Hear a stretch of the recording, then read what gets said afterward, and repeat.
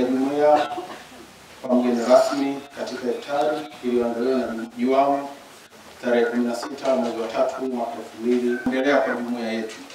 Tunaomba Mwenyezi Mungu adumishe umoja wetu na jumuiya yetu inshallah.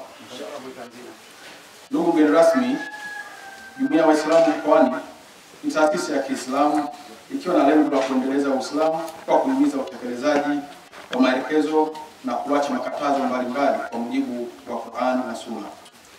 Jumuiya imesajiliwa kisheria na kupata usajili namba SA 16977 mwaka 2010. Ili kufikia malengo ya jumuiya yetu, yaani kufuata maelekezo ya Mwenyezi Mungu na kuacha makatazo yake, shughuli mbalimbali zimeainishwa kikatiba kama vile kufuata Qur'an na Sunna za Mtume Muhammad sallallahu alaihi wasallam, lakini pia kuunganisha Waislamu wa mkoani na maeneo mengine, kuendeleza au kutoa elimu ya Uislamu, kusaidia wajane, yatima, wasafiri waliokwama, kusaidia fukara na maskini, kukusanya zaka na sadaka, kuendesha ibada za hutuba na kusoma hitima pamoja na ibada mbalimbali.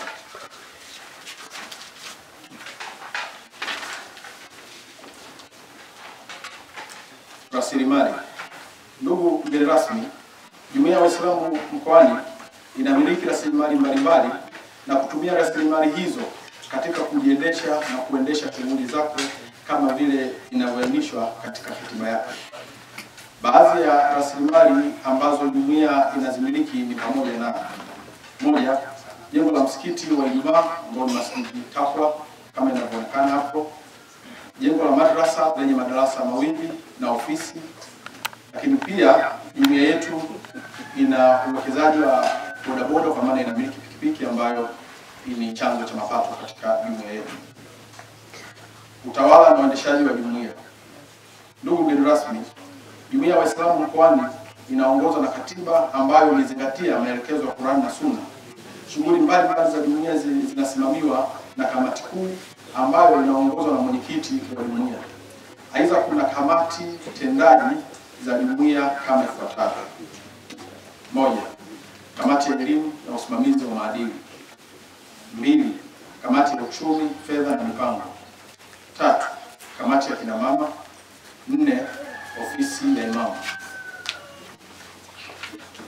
Aidha, jumuiya imeajiri wafanyakazi wawili ambao ni imamu na mwalimu wa madrasa. Changamoto. Ndugu mgeni rasmi, Jumuiya ya Waislamu inapitia changamoto mbalimbali ambazo zinaathiri ufikiaji wa malengo kwa muda ujao na hata muda wa sasa. Baadhi ya changamoto hizo ni pamoja na: moja, ufinyu wa eneo letu la msikiti; mbili, makazi ya watumishi wa jumuiya. Ufinyu wa eneo la msikiti.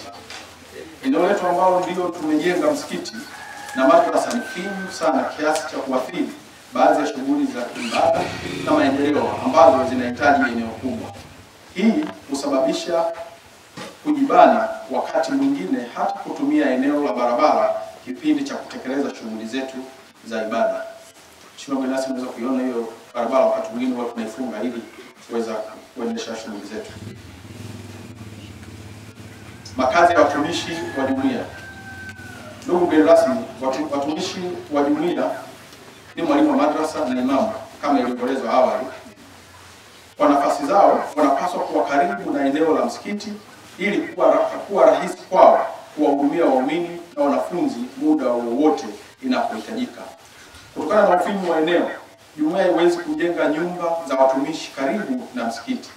Hii imekuwa ikiwaathiri watumishi pamoja na jumuiya kwa ujumla.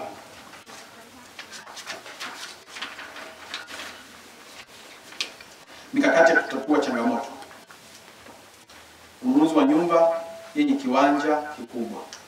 Ndugu mgeni rasmi, ili kuondokana na changamoto zilizoainishwa hapo awali, jumuiya imekubali mapendekezo ya mpango wa kununua nyumba ambayo pia ina kiwanja kikubwa ambacho bado hakijaendelezwa. Jumuiya inaamini kuwa kama mpango huu tutafanikiwa kuondoa changamoto zote mbili kwa pamoja, kwani kiwanja kitakuwa ni kikubwa kiasi cha kuweza kutuwezesha kufanya shughuli zetu zote bila kupata changamoto ya ufinyu wa eneo, la kufanyia shughuli hizo.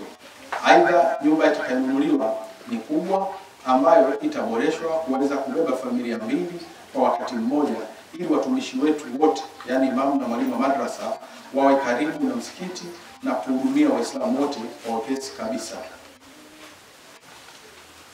Mkakati wa kuchangisha pesa kiasi cha shilingi milioni 70 kwa ajili ya ununuzi wa nyumba ya Diwani. Ndugu mgeni rasmi, ili kuweza kufikia malengo ya ununuzi wa nyumba ya jumuiya, jumuiya imekuja na mpango ufuatao ambao tunaomba kila mmoja wetu, aidha mtu binafsi au taasisi, kutunga mkono. Mkakati huo umegawanyika katika sehemu mbili za uchangiaji ambazo ni moja, wanajumuiya wenyewe kama wahusika wakuu, lakini mbili, wahisani mbalimbali. Malengo yetu ni kukusanya kiasi kisichopungua shilingi milioni 50 kutoka kwa wanajumuiya wenyewe na milioni 20 kutoka kwa wahisani mbalimbali. Wanajumuiya. Ndugu mgeni rasmi, kwa kutumia takwimu za usajili wa wanajumuiya pamoja na tathmini ya uwezo wa kuchangia kwa kila kaya miongoni mwa kaya za wanajumuiya, jumla ya kaya zipatazo 135 zilitambuliwa na kukubaliana kiasi cha kuchangia kwa kila kaya kama inavyoonekanika katika jedwali hapa chini. Ndugu mgeni rasmi, tunazo kaya 135 ambazo kaya 22 wenyewe wamepewa kuchangia kila kaya shilingi milioni moja. Kaya 4 kila kaya inatakiwa kuchangia 800,000. Kaya 20 kila kaya inatakiwa kuchangia 600,000. Kaya 18 kila kaya inatakiwa kuchangia 400,000. Kaya moja inatakiwa kuchangia shilingi 350,000. Kaya 69 kila kaya inatakiwa kuchangia shilingi 200,000, na kaya moja inatakiwa kuchangia shilingi 50,000. Ndugu mgeni rasmi, ukipiga hesabu hapo utapata kama wanajumuiya wote wakichangia kama ilivyokusudiwa, tunaweza tukakusanya shilingi milioni 58 na laki 6. Ndio maana tukaweka lengo la walau kufikia shilingi milioni 50 kama wanajumuiya na wahisani milioni 20. Aidha, tuna utaratibu wa kuchangia. Utaratibu wa kuchangia ni kwa kulipa kidogo kidogo kwa kila mwezi kwa kiwango kilichokubalika na mchangiaji, ili mradi mpaka siku ya mwisho kiwango kilichopangwa kiwe kimekusanya. Kiwe kimekusanywa kwa makubaliano yaliyopitishwa.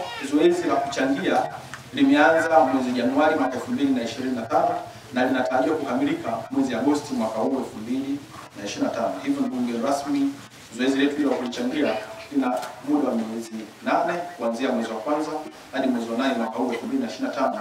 Tunatakiwa tumekamilisha kupata hiyo pesa shilingi milioni 70 kwa mchana huu ambao leo tumeweka hapa kwa ajili ya mipango ya Mwenyezi Mungu inshallah. Wahisani. Ndugu mgeni rasmi, na mahusiano kati ya wanajumuiya mmoja na wadau mbalimbali, na mahusiano kati ya jumuiya na wadau mbalimbali. Wahisani mbalimbali walitambuliwa na kuandikiwa barua maalum ikionyesha historia fupi ya jumuiya, malengo na mipango yake, ikiwemo ununuzi wa nyumba husika na kumwomba mhisani huyo kuchangia kwa kadiri Mwenyezi Mungu alivyojalia. Aidha, katika barua hiyo ambayo imesainiwa na mwenyekiti wa jumuiya na kupitishwa na shehe mkuu wa mkoa, imeambatisha nakala ikionyesha kiasi ambacho wanajumuiya wanatarajia kukusanya sambamba na kiasi ambacho kilishakusanya, lengo likiwa ni kutaka kuonyesha mhisani husika kuwa swala hili linawezekana na wanajumuiya wenyewe wako tayari kulitekeleza. Jumla wahisani wapatao 69 walitambuliwa kwa majina na kukabidhiwa barua zao. Wahisani hao wanatokana katika makundi mbalimbali ya kijamii kama vile wanasiasa, viongozi mbalimbali, wafanya biashara, watu maarufu na kadhalika.